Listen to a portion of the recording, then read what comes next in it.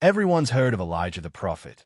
But what if I told you the end-time Elijah's greatest battle is not with kings or armies, but with his own heart? And that the key to his victory is hidden in the story of Jacob wrestling with an angel. The end-time Elijah's life is not a smooth prophetic ride.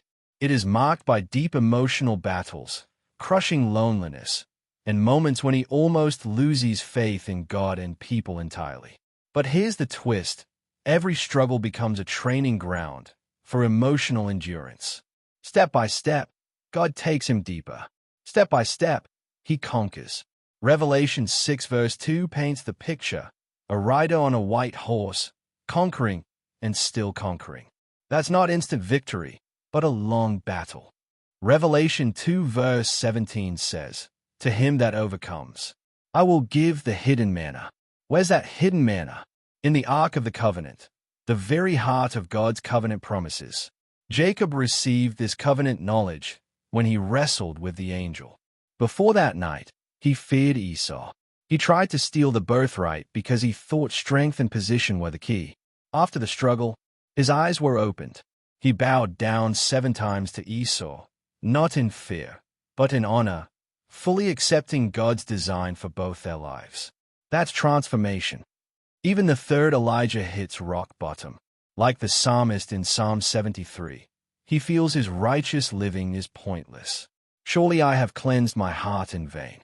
But then something shifts. Psalm 73 verse 28. It is good for me to draw near to God. He decides, no matter how unfair life is, he will remain obedient to God and kind to others. And that is what marks an overcomer, the true Israel. Not by bloodline, but by heart. The same way in which Jacob became Israel. Israel was called to be a nation of priests, not just keepers of the law, but transformers of the heart. Ishmael's role was to carry the core values of Abrahamic faith to the nations. Israel's role was to grow in emotional maturity and to prepare for the eternal kingdom. When the Israelites came to the prophet Samuel and demanded a king, it might have seemed like a reasonable request. After all, every other nation had a king, so why shouldn't Israel? But God said to prophet Samuel, "They have not rejected you. They have rejected me as their king." In God's eyes, it was spiritual betrayal. God had called Israel to be different.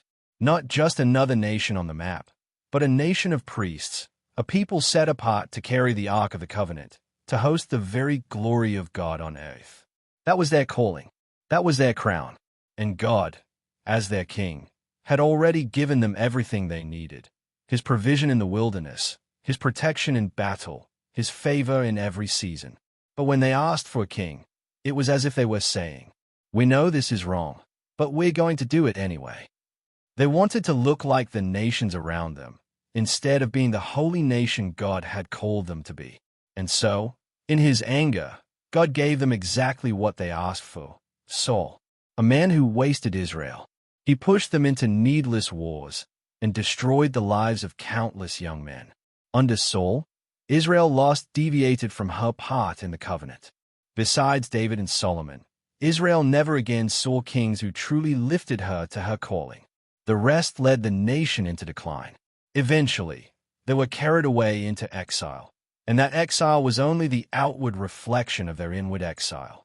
By demanding a king, they had stepped out of the priestly calling that God had designed for them. And here's the heart of the lesson. If God created you to be a priest, your greatest victory is to live as one. But if you abandon that calling and somehow manage to become a king, even a king over the whole world, in God's eyes, you have failed. Why? Because the measure of your success isn't how high you rise in your own plans, but how fully you walk in God's purpose for your life. Jacob was already the heir of the covenant, grandson of Abraham, but he wasn't Israel yet. He had to face Laban's deceit, his own fear, and finally struggled all night with an angel. Genesis 32 verse 28. Your name shall no longer be Jacob, but Israel, for you have struggled with God and with men, and have prevailed. Israel isn't a title you inherit. It's a name you earn by overcoming the demons within you. That's why Jesus said in Matthew 22 verses 8 to 9, the first invited guests were unworthy, so the invitation went to everyone. The kingdom is open to anyone willing to become Israel, anyone willing to overcome. So the question is, are you still Jacob, or have you become Israel? The spirit of Elijah is moving to reveal the hidden manna to overcomers from every tribe and every nation. But the kingdom is only for those who overcome, because they are real Israel, not just a physical nation. Follow for more, and thanks for watching.